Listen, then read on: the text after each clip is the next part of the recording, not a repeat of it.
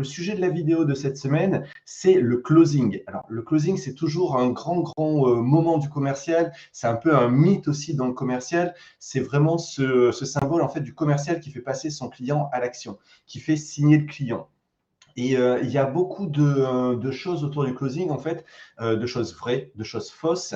Et il y a aussi beaucoup de mythes un petit peu du commercial push.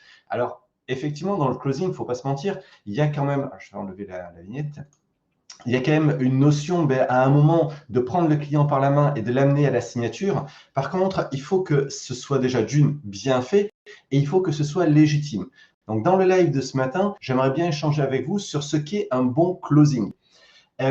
Déjà, premier point pour moi, le bon closing, c'est un closing qui va être, en fait, qui va s'appuyer sur des bases solides. Et les bases solides, elles sont là avant même votre entretien, c'est votre produit. Le produit ou service que vous vendez doit apporter de la valeur et vous devez en être convaincu.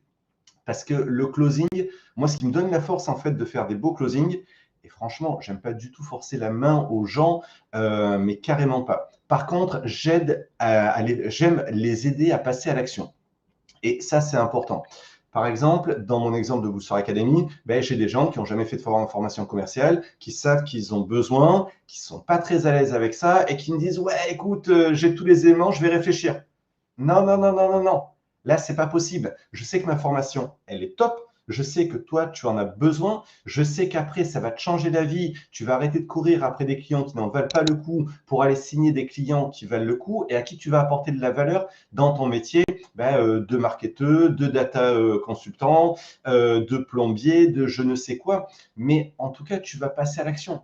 Et ça doit être vraiment la première force du closing. C'est-à-dire que vous soyez persuadé complètement que ça va changer positivement la vie du client. Et en fait, moi, je me projette beaucoup là-dedans. Du coup, je pense que c'est quelque chose d'empathique. C'est-à-dire que je me projette dans ce que ça va apporter aux gens et je me dis, mais c'est pas possible. Là, il est en train de passer à côté de ça pour pas de raison. En fait, on verra une autre fois d'ailleurs quand est-ce qu'est le moment du closing, à moins que ça vous intéresse vraiment particulièrement.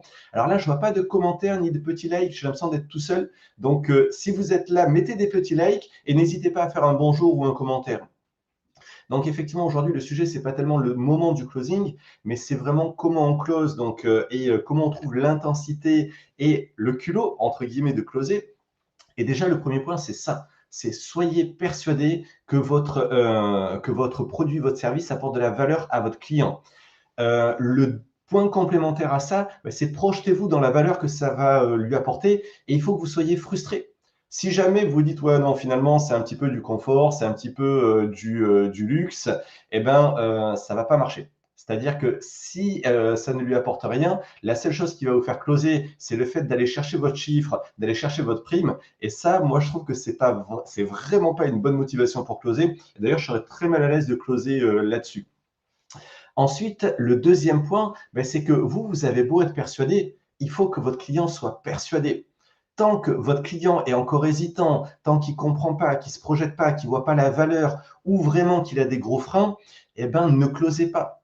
Alors, comment on détecte ça? Souvent, on le détecte aux objections. Ah, il y a JR. Salut JR. Et du coup, c'est aux objections, effectivement, qu'on va détecter si le client a encore des freins forts. Si vous dit, ah, c'est beaucoup trop cher. OK, pas de souci, c'est beaucoup trop cher. Pourtant, moi, je pense que le ROI, il va être énorme. Ça, je le dis dans ma tête. Hein.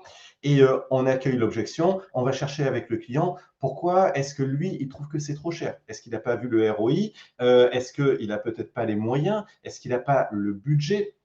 Ça, le budget, j'en parle dans ma vidéo sur les objections, n'hésitez pas à aller faire un petit tour. Mais le budget, c'est une vue de l'esprit. Je ne vais pas m'étendre, sauf si vous me posez la question. Mais clairement, le budget, c'est quelque chose de malléable, totalement malléable. Et quand vous avez ça aux objections, ça veut dire une chose, ça veut dire que ça, en fait, il faudrait l'avoir traité en découverte. Parce que, bien entendu, la base de votre closing, c'est votre découverte. Et dans votre découverte, en fait, il faut que le client il soit frétillant. Il faut qu'il se projette dans cette solution et il faut qu'il en ait envie. Et vous, dans la découverte, n'hésitez pas à challenger aussi le client sur tous les freins qu'il pourrait avoir. Parce qu'en fait, plus vous abordez des freins, plus vous pouvez lever les freins. Et quand vous closez, tout le monde est d'accord. Donc vraiment, appuyez-vous sur une découverte très puissante. Vous allez chercher les freins. Et si vous avez peur de ça, si vous avez peur d'aller chercher les freins, c'est peut-être que vous n'êtes pas à l'aise avec ce qu'on appelle la mise en tension. La mise en tension, c'est un questionnement de motivation qui va vous permettre d'aborder les freins et de les retourner en force. Bon, on prend l'exemple le plus classique, qui est l'exemple du budget. Alors, le budget, on l'aborde quand votre client a déjà fait preuve de motivation. S'il n'est pas motivé, ben, franchement, la logique, c'est qu'il n'accordera pas de budget à votre solution. C'est normal. Donc là, il y a tout un questionnement de comprendre pourquoi il aurait besoin de ça, qu'est-ce qu'il utilise comme solution actuellement, donc quel résultat ça a, et est-ce que ces résultats sont suffisants? Est-ce qu'il y a une absence de résultats? Et après, le projeter dans nos solutions, c'est-à-dire qu'en utilisant nos solutions, ben, quels résultats il pense avoir, quels sont les freins qu'on va lever avec lui à ces résultats. Et une fois que le client vous dit en découverte, ben oui, Laurent, parle-moi de ce que tu fais, et parce que ça m'intéresse, je trouve ça cohérent, ça va m'apporter de la valeur, et ben là, on a les signaux du closing. Et c'est là où on peut passer en argumentation. Pour autant, tout n'est pas fait, parce qu'on a fait 10, 20, peut-être 30 minutes de découverte, et on a abordé les points importants, mais on ne sait pas si on a vraiment tout abordé. Donc, on va aller quand même chercher les objections. Et une fois qu'on a traité les objections, alors pareil, allez voir la vidéo sur les objections parce qu'il y a un truc qui s'appelle isoler l'objection qui nous permet de savoir quand closer. Et effectivement, si on répond à toutes les objections, on va tomber sur très rapidement, au bout de une ou deux objections, sur du je vais réfléchir. Et là, le je vais réfléchir, ben, normalement, il faut y rentrer dedans. Parce que quand on a fait une ou deux réflexions qui tenaient la route, alors surtout si le commercial a isolé les objections pour savoir quelles étaient les vraies objections, ça c'est un geste très technique, allez le voir dans la vidéo sur les objections, et bien là, il faut y aller. Et c'est là qu'on va choisir le closing le plus adapté.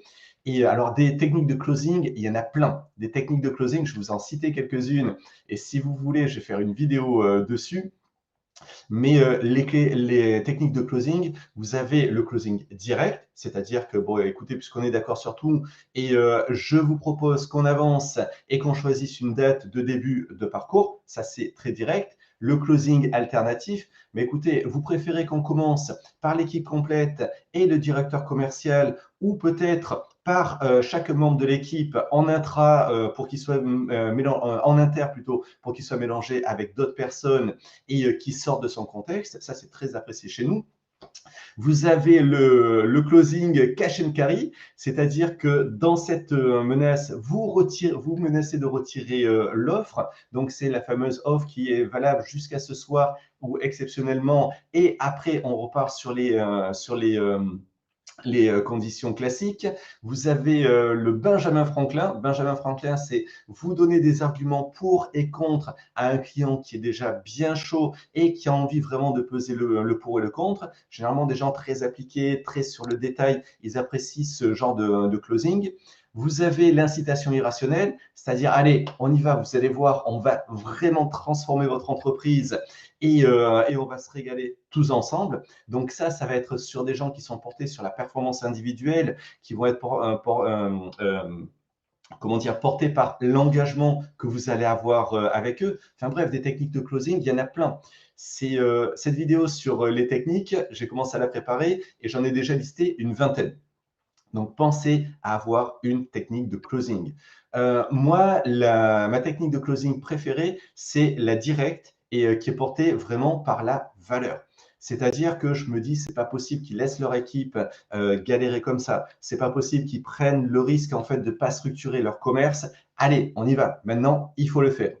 Et la deuxième technique de closing que j'aime bien, c'est celle avec la projection sur la première réunion.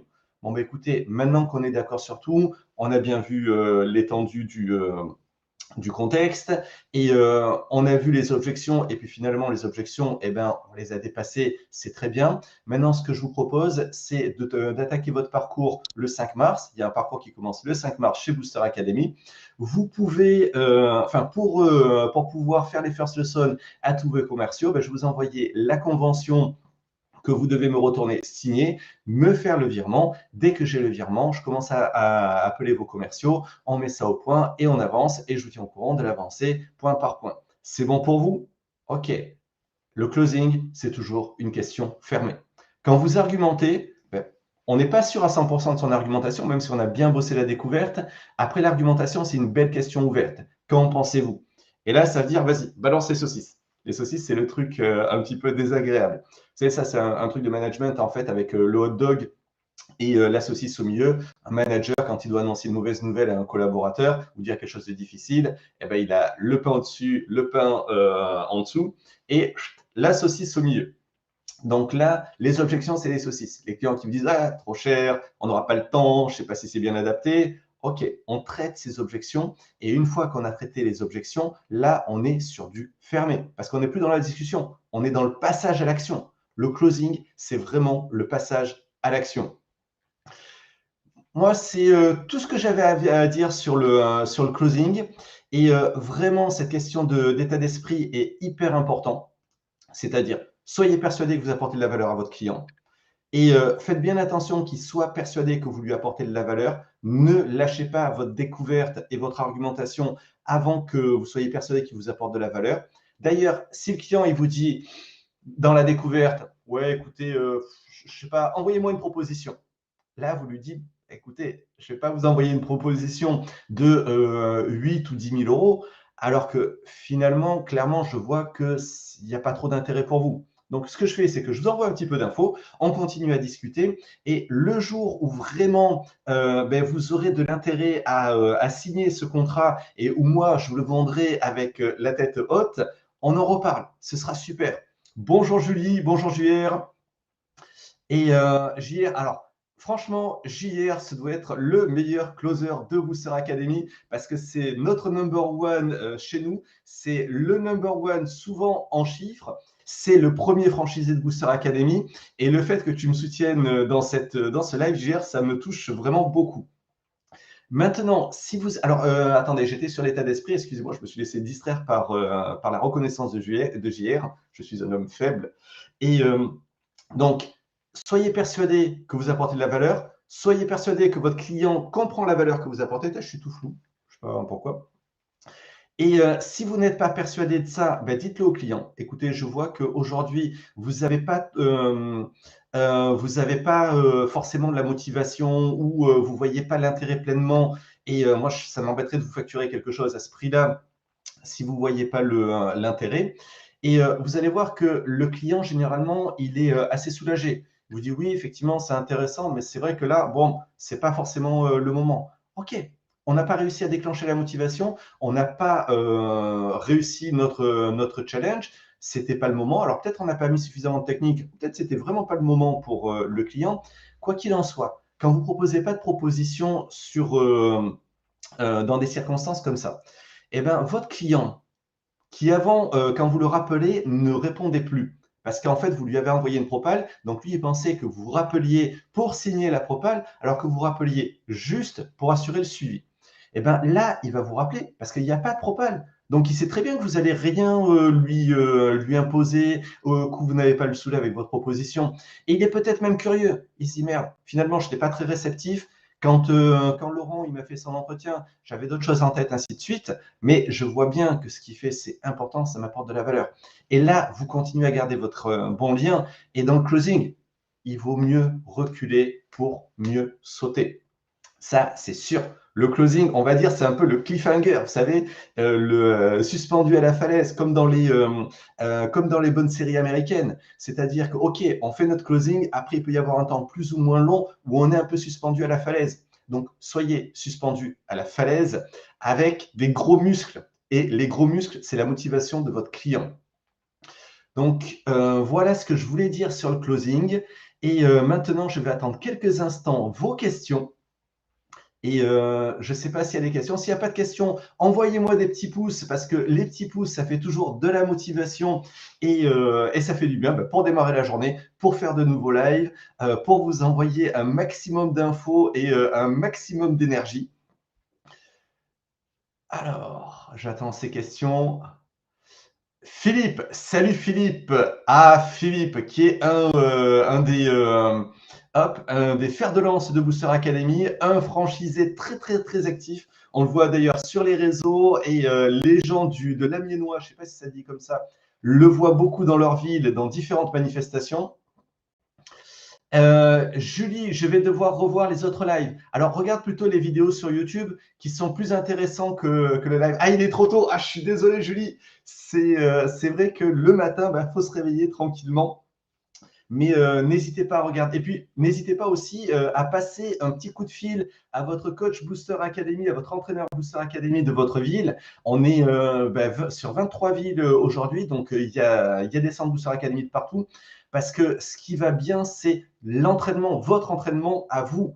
Voir des choses génériques, généralement, on ne les met pas forcément en pratique. Par contre, avec un coach Booster Academy à vos côtés, moi, je peux vous assurer que j'en entraîne des centaines de gens chaque année. On entraîne plus de 10 000 personnes par an et ce chiffre-là, il ne vient pas de nulle part. Ce n'est pas que parce qu'on est des super vendeurs, c'est aussi et surtout parce qu'on a un super produit. Donc, n'hésitez pas à faire des demandes de diagnostics commerciaux. Ils sont tout à fait gratuits. C'est ce premier entretien en fait qui vous permet de faire le point sur vos techniques de vente et votre stratégie et ceux de votre entreprise, de votre équipe. Donc, je vois toujours pas de questions. Alors, soit j'étais particulièrement clair, soit je n'ai pas été intéressant du tout, soit vous n'êtes pas encore bien réveillé. Donc, j'entraîne mes commerciaux, je vais leur montrer vos vidéos, merci. Eh bien, écoute, oui, alors ça, il ne faut pas hésiter. Il ne faut pas hésiter. Et surtout, Julie, il faut formaliser. C'est-à-dire que ce que tu vois dans les vidéos, c'est de la parole. J'ai hésité à dire c'est du blabla, mais quand même, on ne va pas exagérer.